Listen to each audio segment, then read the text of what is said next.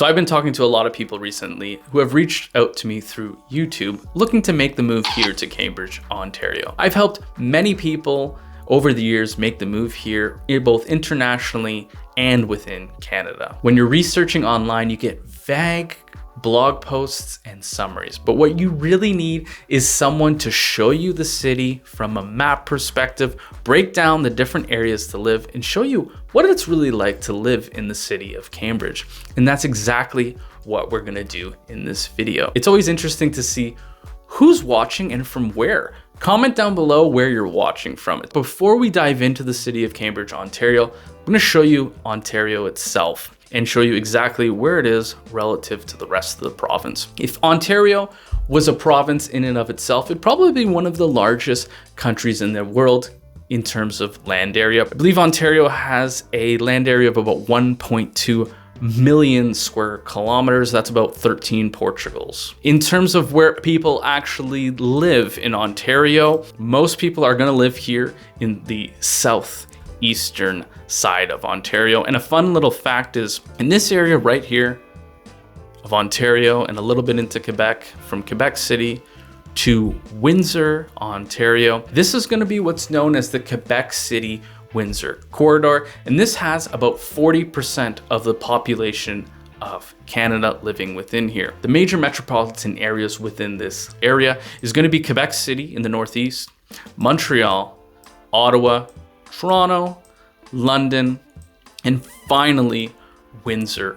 One new development that's very exciting, that's going to connect these cities even more so than they were before, is the new high-speed rail that's going to be implemented in the future called Alto. Alto will run from Toronto to Quebec City, and I suspect in the future, once that is done, they're going to continue on to Windsor, Ontario, and connect Kitchener, Waterloo. So we can go from Windsor to Quebec City in a very short amount of time, comparable to speeds in Japan, which Canada definitely needs, and this will be the first high-speed rail within Canada. Let's zoom in a little bit closer now, show you exactly where the Waterloo region is, and it's halfway kind of between downtown Toronto and London, and I'll show you exactly Waterloo region itself. Highlighted here on the map, as you can see from the red boundary here, consists of 3 cities. You have the city of Waterloo in the north, very well known for its tech sector and great universities, the University of Waterloo and Laurier University. Kitchener is going to be the largest city of the 3, and I would reckon it's middle of the road between the 3 cities. Waterloo is definitely number 1, highest incomes within the cities, the most expensive real estate as well. Kitchener is going to be second place with the second most expensive real estate, but it's very comparable to Cambridge, Ontario's real estate costs. Cambridge is finally going to be the 3rd city that rounds out the 3. It's going to be located in the southern side, south, east, and closest to the greater Toronto area. So when people are reaching out to me, like my clients did back in February, they purchased a home in Hespeler, we compared travel times, and that was a big aspect, as they did have a few days a week where they did need to go to the greater Toronto area to work. So one thing we looked at in particular is the travel times between Guelph, Ontario and Cambridge, Ontario. Now, if we compare downtown Cambridge, which is down here in the south, compared to downtown Guelph, yes, in fact, the travel times are going to be a bit quicker in downtown Guelph to Cambridge. But if we look at Hespeler, which is this area right here, Hespeler is going to be 5 to 10 minutes faster than downtown Guelph. And even in the southern end of Guelph, Hespeler is about the exact same travel time as the south end of Guelph. So don't rule out Cambridge, Ontario if you are looking to move from the GTA. And if you're looking to move here to the area, I'd be more than happy to help you. You can book a call with me in the first link in the description, or call, text, or email. So let's look at Cambridge itself. We'll zoom in here on the map. Cambridge is a bit of a rectangular shape here, runs north to south. It's got Highway 401 running right through the middle of it. very easygoing traffic for the most part. We now have 10 lanes of traffic, 5 in each direction, consists of 4 ordinary lanes and 1 HOV lane. So getting through Cambridge, Ontario, or getting past Cambridge, Ontario and Kitchener, absolute breeze at this point. You won't really encounter too much traffic, maybe a little bit of traffic when it comes to rush hour, but other than that, you won't really encounter anything. If we look at the map, let's take a look at Hespeler, which makes up one of the 4 areas of Cambridge, Ontario. So prior to 1973, Cambridge consisted of these 4 areas, which was Hespeler, Preston and Galt, which were 3 towns that amalgamated, and the village of Blair, which is located on the western side. Let's look at Hespeler itself. Very popular with commuters. The reason being is you do have 1, 2, 3 entrances and exits to Highway 401, making it an absolute breeze if you do have to commute once or twice a week to the office in the greater Toronto area. One thing that Cambridge did better than most is incorporating the Grand River within the downtown cores. So Galt, Hespeler, and Preston run right along the Grand River. The same can't be said for Kitchener and Waterloo. There is no body of water. There is a body of water in Victoria Park. It's a small pond/lake. Other than that, there isn't any real body of water unless you're on the very far eastern sides of the city, which you do have the Grand River. So definitely one thing to know. In terms of the way that Cambridge functions, it's 4 different settlements yet again. So Hespeler you can really survive on your own there. You don't necessarily need to go to downtown Cambridge or downtown Galt to take care of your daily needs. So right here in the central area of Hespeler, you have downtown Hespeler with the beautiful limestone buildings, the beautiful Grand River, lots of cute little boutique shops. The farmers market is also located there. And in this area, you're gonna find homes typically built in the 1920s, 30s for the most part in that downtown core. But as soon as you move out of there in this, let's say this area right here, you're gonna find homes primarily built in the mid to late 2000s. So typically you're looking here sub $800,000 for a 2-story detached home, single car garage, let's say 1,700 square feet. So a lot of value, especially if you are comparing it to Guelph, where you're going to be paying maybe 4 to 7% more for a typical house, but you have the same travel distance. In terms of the other areas that make up Hespeler, we have Hespeler Village right here. Now Hespeler Village, I'll highlight in yellow here. This is going to consist of homes primarily built 70s and 80s. So you're going to get wider lots. In terms of square footage, typically you're going to be a little bit smaller than the new homes, which, you know, to some it's a good thing, to others it's not. You're going to be saving a little bit more money because you do have smaller square footage. And in the western side here, this is going to be industrial as well as commercial. So a lot of shopping in here. Zehrs is located in this area. That's the local food market here. Very comparable to a superstore that you'd find elsewhere in other cities within Ontario. Let's get rid of these lines on the screen here. Let's go to Preston, Ontario. So Preston, Ontario is just going to be west of here. And Preston is, I would place it 3rd place in terms of desirability compared to the other 3 major areas that make up the city of Cambridge. There are some pros to it. I think if you are commuting, Preston Heights, the newer area, definitely something to look at. You're right close to the Highway 401. You're close to Costco, just on the other side of the border in Kitchener. There is no Costco in Cambridge itself, so Costco in Kitchener would be the one you'd go to. I know that's one major contributing factor is how close is it to the local Costco. You do find some great deals in there. Looking at Preston itself, it's kind of split up by King Street here. So King Street runs right along down here. This is going to be the north side and this is going to be the south side. There's one area though in particular a little bit worse than most, and it's going to be this southeastern corner kind of within this area here.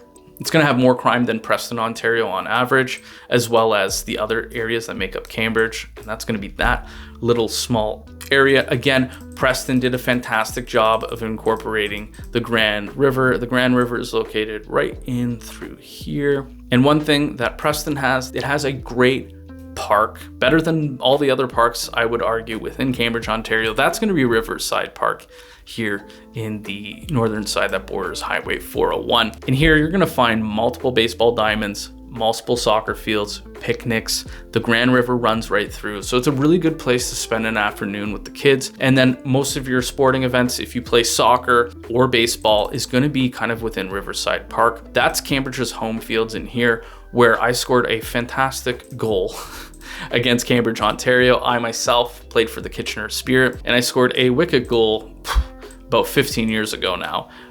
That kind of dates me, but right here on this soccer field. So we zoom right back out. Let's head over to Galt, Ontario, which is on the southern side of Cambridge, Ontario. Highlighted here on the map. And that's going to be the largest area, the most populous area of the 3 towns that amalgamated to make Cambridge, Ontario. It's also going to be the furthest from the highway. There's multiple areas.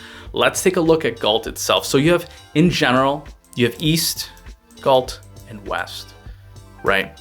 And that is going to be split right here between the Grand River. If we look at it further, you know, we have major neighborhoods that are fantastic to live in. So typically West is the best, and it is in this case in Galt, but that's only going to apply to the downtown cores. So the downtown core of Galt is going to be this side. That's going to be East Galt, and the West downtown is going to kind of be in this area right through here. Let's make the lines a little bit more clear for you guys to look. So in this corner right here, we are going to have Shades Mill Conservation Area, beautiful houses built primarily in the 80s, double car garage, detached 2-story homes for the most part. Really nice. You do have a lot more forestry in this area, some lakes, and the benefit of living in Shades Park Conservation Area. In terms of the rest of East Galt, you have this area right here. This is Branchdon Park. I've seen some fantastic deals lately that I haven't seen in other areas within Cambridge, Ontario. I suspect the reason being it's the furthest south in Cambridge, Ontario. It's the furthest from the highway. So a lot of people, if you are commuting, it's not really going to be an option for you. But if you're looking to move here long term, definitely there's some great deals to be had in Branchdon Park on the very southern end of Cambridge. And that's going to consist of homes primarily built in the mid-2000s. I think you're getting some excellent value in this area. If we go back here, there's some new developments and some new areas that they're building in Cambridge. And the majority of that is actually going to be either in Galt or in Hespeler. If we look at it here, that's going to be Moffat Creek over in this side. This is Moffat Creek over in here. So they're continuing to build. Ridgeview Homes is in there, and there's a few other builders. I believe it's Star Lane Homes, which is the other builder. We're looking at townhomes, 775, 1525 square feet, I believe, or 1505, somewhere in that range. 2-story, 2.5 baths, 3 bedrooms, beautiful builds, and a great builder. Let's look at Galt downtown itself right here. So again, put it up on the map real quick. West, East. So this area through here is East Galt. Not as nice as West Galt.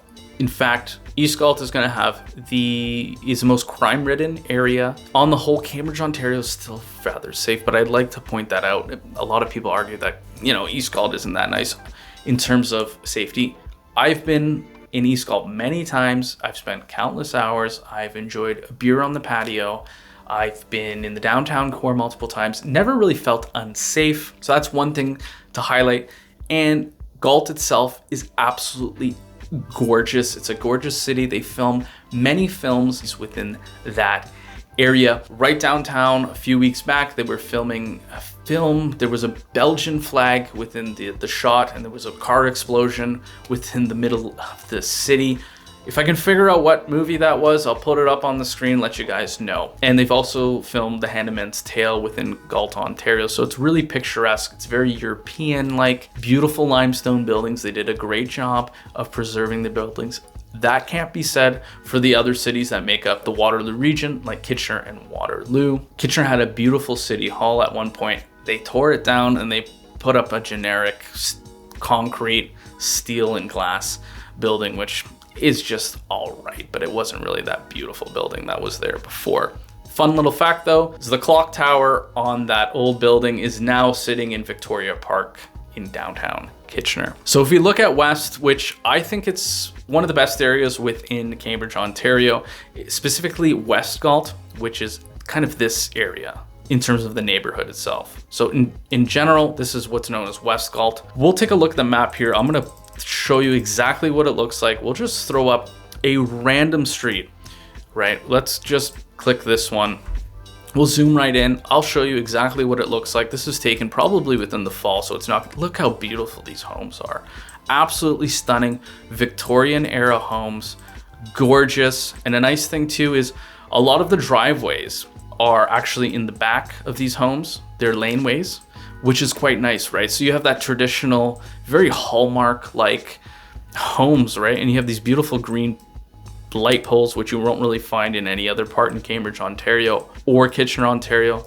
Beautiful mature trees in the neighborhood, people walking around, just enjoying their day. And of course, very unique architecture that you won't find in newer homes, right? You won't even, like, look at these big, beautiful Victorian era buildings. I myself really like this stuff, really geek out on all that stuff. Absolutely gorgeous. So if you are somebody that's looking to be close to the downtown core, enjoy the beautiful shops there, enjoy the great eats there, and you want to have a lot of that history, and you just want to enjoy and have the ability to walk and be walkable, I definitely think West Galt is for you. Now, the rest of the areas that make up West Galt, definitely fantastic areas. I've highlighted a few of them before. Blair Road, I won't go on and on about it, but that's going to be in this area right here. That's going to be Blair Road. Some of the best schools within Cambridge, Ontario, especially on the Catholic side, are within Blair Road. You do have Westwood Village here, which is a brand new subdivision. There's 3 major builders within this area: South Creek Developments, Westwood Village, and Cache Homes. In terms of pricing, off the top of my head, Ridgeview Homes, $775 for a 2-story townhouse, 3 bedrooms, 2.5 baths. Ridgeview, fantastic builder. I believe they were Builder of the Year in 2022. Now let's look at the major highways within Cambridge, Ontario, and that's going to consist of the following areas. So of course, Highway 401, you already know about that, and that's about it. Other than that, it's a little bit difficult getting through the city of Cambridge. They do technically have 2 highways. Highway 8, which essentially is a 2 to 4 lane road, depending on where you are, with streetlights, and the Highway 24, which runs north to south through the shopping area, through Cambridge Center, down through that area. That's going to be slower traffic. In terms of travel times and where the bottlenecks can occur, we're going to look at that next. So if we go out here, show you exactly where the bottlenecks can occur. This is 8:05 a.m. typical Monday traffic, rush hour. And as you can see from the map here, we're not seeing any red. We're seeing a little bit of yellow being slower traffic, red being the slowest, and green being easygoing, fast traffic. If you compare it to Kitchener and Waterloo, Kitchener and Waterloo's a little bit faster, but it's a bit of an unfair comparison. Kitchener and Waterloo have the lowest traffic times and traffic congestion within Canada. Cambridge would be very close to that. So it is a bit of an unfair comparison, but let's compare other cities, because I know when I'm talking to people, they are looking for other areas within Ontario, and rightfully so. Do your research. And one thing to note is, we'll scale down here, Hamilton, a lot more yellow through here. You're gonna encounter more traffic, a lot slower to get around. Burlington, not so much. Oakville, again, lots of yellow. Red in Toronto. Toronto is one of the few cities on the planet that is an hour from its city. So Toronto, there's a common saying that Toronto is an hour from Toronto, which can be right a lot of the times. Brampton, again, traffic. Guelph, pretty easygoing city as well. There's a bit more traffic in the later hours, which we'll go to next. So if you look at Cambridge, pretty easy going through the morning. I would reckon that this will change in the future as that highway expansion is finishing up right now. I believe the southwestern side is done. I think that's already 5 lanes.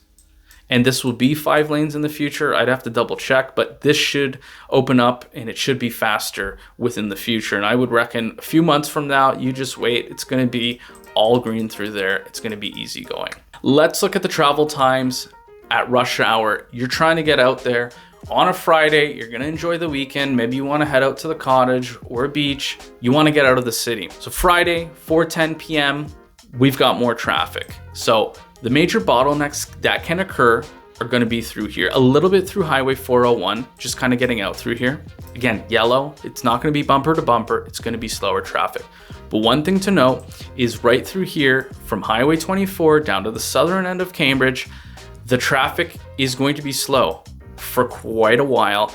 You're going to be, 30 kilometers an hour, maybe as an average, 25 kilometers an hour during rush hour traffic. So that's going to be from 4 to 5:30 p.m. on a Friday. Again, through Preston, Ontario, through the downtown core, going east or southeast. Again, you're going to find that traffic. You're going to encounter it. It's not going to be downtown Toronto. It's not even going to be a Mississauga or a Brampton.